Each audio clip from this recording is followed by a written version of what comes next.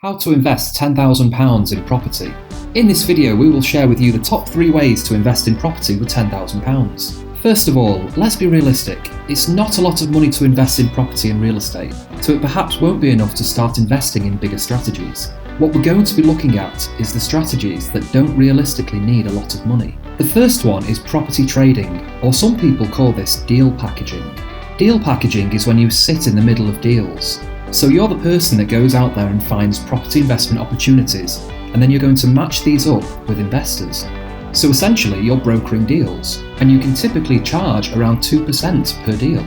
So if you find a deal for an investor and the purchase price is £200,000, your fee can typically be £4,000. This strategy is a good way to learn how the property sales process happens, and it's a strategy with very little risk. In terms of startup money, you need to be compliant, so think of it a little bit like being an estate agent, and this can cost you around £1,000 to get started.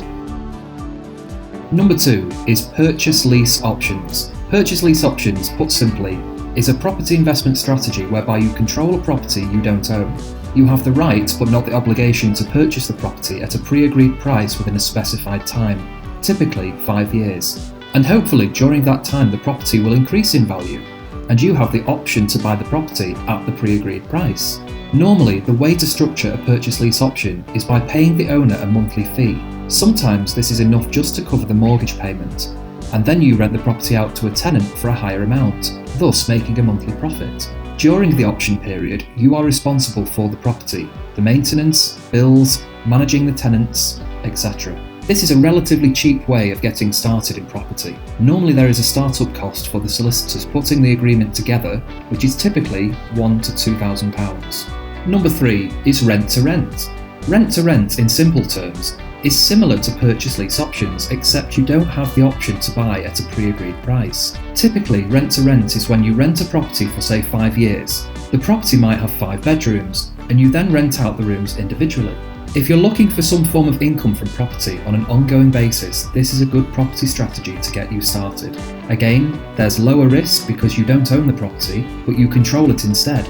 Landlords are normally open to this when the property is in need of upgrading and/or where they are no longer wanting to manage the property themselves. So this strategy might require startup money to help freshen the property up, perhaps new furniture or carpets. It also requires you to manage the property too.